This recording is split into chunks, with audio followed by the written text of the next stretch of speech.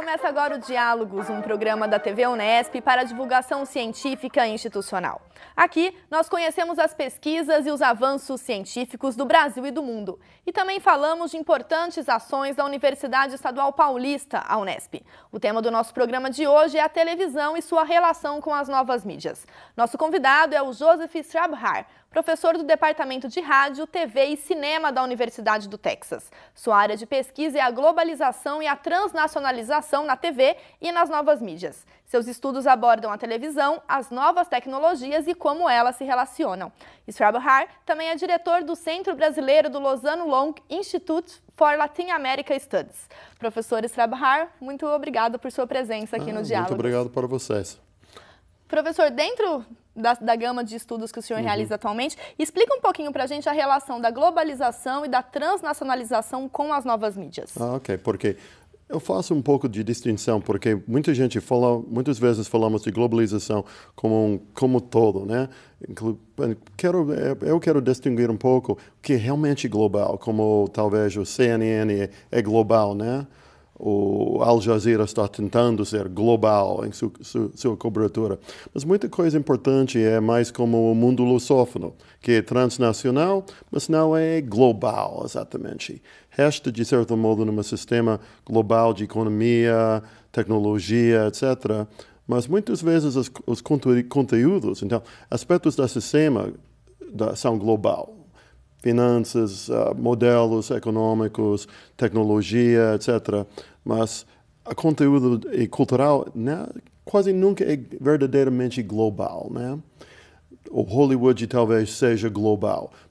A própria Hollywood tem mais impacto no mundo anglófono ou no mundo europeu, onde tem mais gancho cultural, né? E o Hollywood tem bem menos impacto na Índia ou mesmo no Brasil do que tem, por exemplo, na França.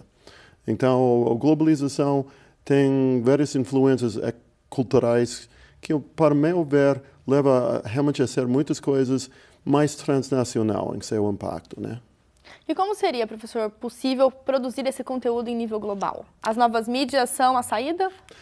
Bem, boa pergunta, porque, de certo modo, uma coisa virar global depende, nem só de tecnologia, mas sim de cultura. Por exemplo, o Hollywood tem tanta tradição desde os 20 de ser aceito globalmente, que é uma coisa verdadeiramente global. Mas sua aceitação não tem tanto a ver com a tecnologia de cine, mas sim com a aceitação da cultura norte-americana como algo conhecido, aceitável, interessante, etc. Então, o Brasil tem sucedido, de certo modo, a exportar a telenovela como uma coisa global. E agora não é tanto de tecnologia em si, mas sim do mundo conhecer o formato telenovela, aceitar a melodrama como algo interessante. Então, a tecnologia apoia tudo isso, possibilita, mas o que faz de alguma coisa ter impacto global mesmo é a sua aceitação cultural. E o senhor acredita que os telespectadores, os usuários da web, eles estão nessa tendência de buscar algo que seja global ou não? Acho que sim. Por exemplo, bom exemplo é a China, por exemplo, tenta controlar a entrada da cultura norte-americana, tanto por fins comerciais, de controle de informação, proteção cultural, tudo isso. Mas muitos jovens chineses têm uma habilidade de inglês, conhecem a cultura norte-americana, então, através da internet hoje em dia, então, esses jovens chineses importam muita coisa, muita televisão, muita música, muito cine dos Estados Unidos, que não é oficialmente permitido pelo sistema chinês, mas eles, de certo modo, evitam os controles do sistema através da internet. Então depende muito mais daquilo que o usuário busca, daquilo que ele quer assistir. Exatamente, porque a internet não impõe nada, né? Possibilita muito, mas você tem que buscar. Então, a grande diferença nesta nova tecnologia é que é difícil impor, de certo modo, como fosse possível antigamente com televisão, por exemplo. Se você está num vilarejo em Paraíba que só recebe televisão de Globo, então, você é audiência cativa, né? E várias décadas foi uma coisa assim, mais ou menos assim no Brasil. O único sinal de qualidade que chegou foi a de Globo. Então, foi uma coisa bem imposta, mas também aceita. As pessoas gostaram, então tudo bem. Mas, de certo modo, com a chegada do internet, todo mundo tem muitas opções. Então, você tem que seduzir a audiência, não pode mais impor algo sobre a audiência. E o senhor pode dar algumas dicas para a televisão hoje, frente à internet, continuar conquistando a sua audiência pelas suas armas de sedução? Porque acho que as coisas vão coexistir, né? Então, o cine, como vai existir. A televisão, como ele vai, de certo modo, existir. O que temos notado com esta noção de convergência, por exemplo, tem uma muito boa definição, isso por Henry Jenkins, da Califórnia. Ele nota que muita atividade nas redes sociais, etc., vem em função desses grandes eventos como o Senhor dos Anéis, ou Lost, alguma coisa grande assim, que chama muito a atenção, ainda atrai muito a atenção do usuário. Então, depois ele vai criar no blog algum comentário, vai criar a sua própria história utilizando os caracteres. Então, vai criar muita coisa, milhões de pessoas fazendo algo em cima deste texto de televisão, de cine. Mas então, acho que vai coexistir, de certo modo, estes grandes eventos, de que uma telenovela é um bom exemplo. Então, telenovela, estou lendo um livro sobre Duas Caras, por exemplo, em que o blog do autor interagia com a opinião pública sobre a questão de raça, teve todo um meta-discurso entre blogs, redes sociais, etc., sobre o conteúdo da novela. Então, acho que grande televisão, grande cinema ainda tem este poder de apresentar ideias tão interessantes, mas então o desafio é para o produtor de telenovela ou de cine ou de algum outro tipo de televisão, por exemplo, criar algo tão interessante que o resto do mundo que está na internet vai querer falar sobre a coisa dele. E falar sobre essa relação entre a televisão e as novas mídias, a gente continua daqui a pouco. Ok, tá bem. Obrigado. O Diálogos vai para um breve intervalo e já volta. Fique com a gente.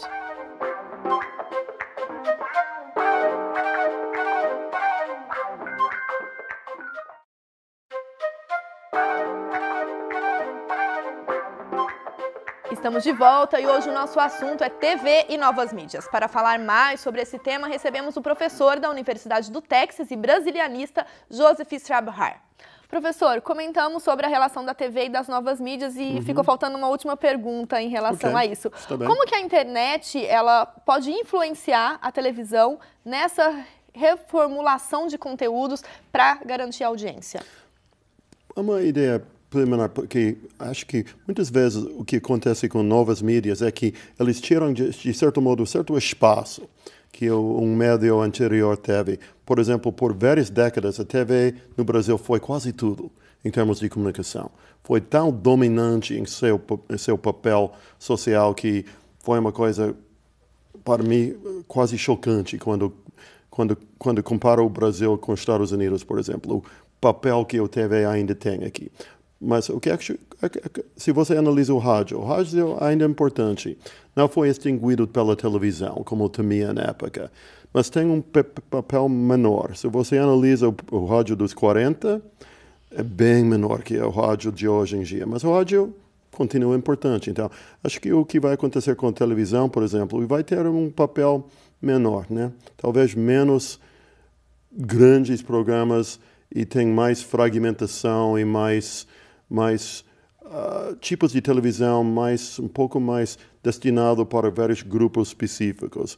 A nossa televisão, se você compara com o Brasil, tem menos programas para todo mundo e mais programas para quem realmente gosta de golfe ou quem realmente é fanático de cozinha, alguma coisa assim. Então, tem 4 ou 5 canais só de cozinha, tem 2 de golfe. Então, a tendência é para segmentar seguindo certas audiências. Então, de certo modo, as novas tecnologias fazem isso ao extremo, porque então pode ter sites ou redes sociais especializados em coisas bem específicas.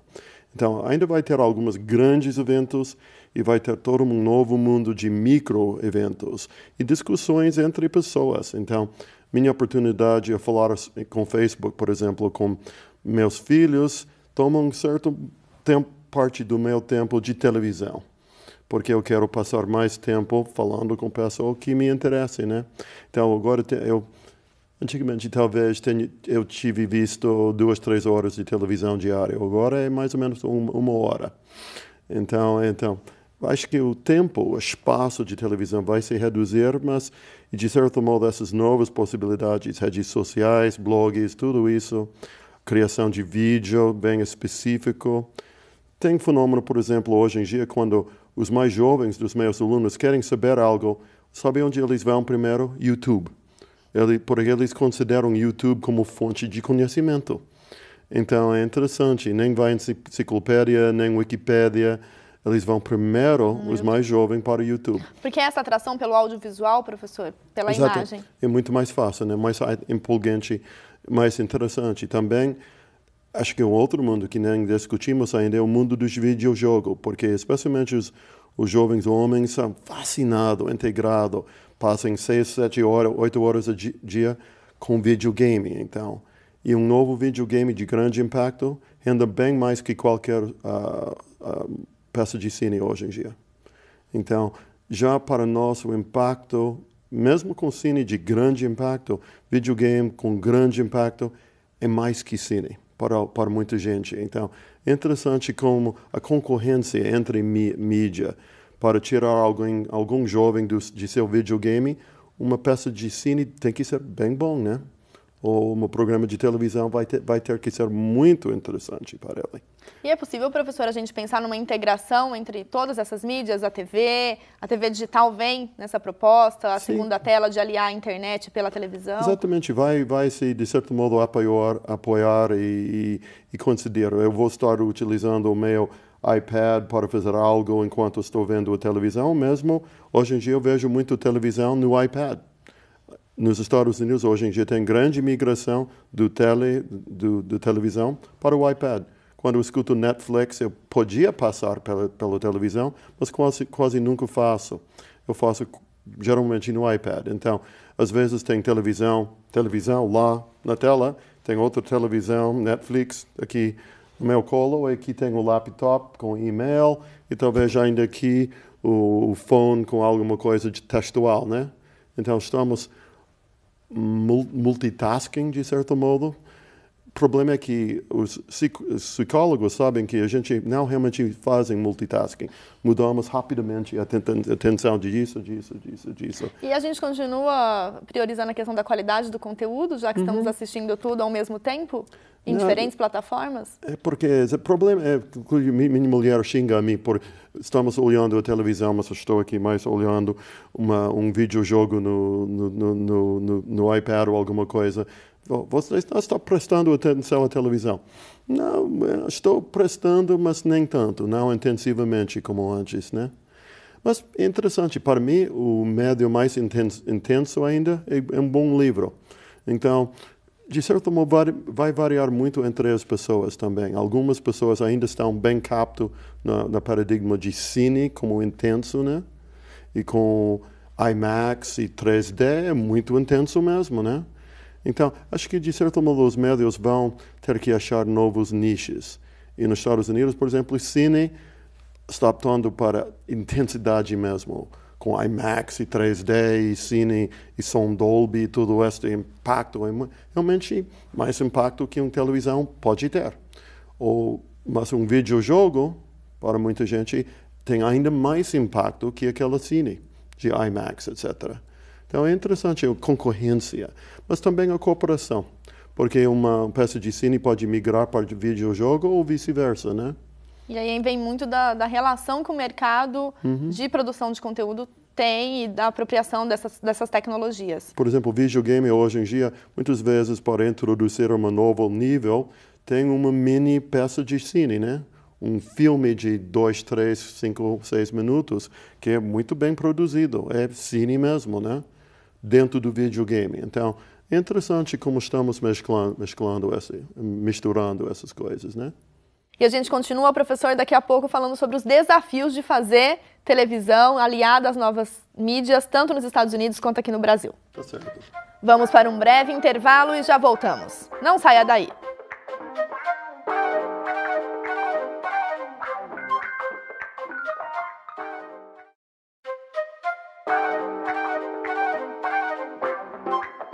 O Diálogos está de volta e o assunto de hoje são as relações entre a televisão e as novas mídias. Nosso entrevistado é o professor Joseph Srabahar, da Universidade do Texas.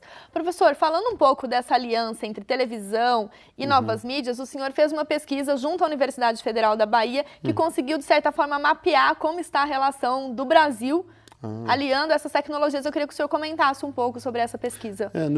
Nós utilizamos como pano teórico a ideia central, a ideia de uma sociedade de informação, em que o trabalho, o uso de mídia, muita coisa seria migrando para uma base mais de internet e mais de computador.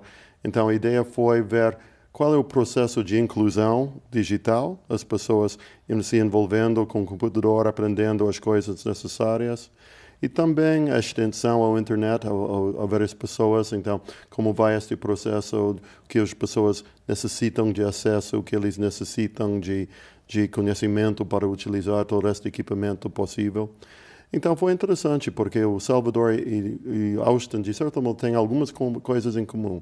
São cidades voltadas para a criação artística, são cidades com identidade distinta culturalmente dentro dos seus países.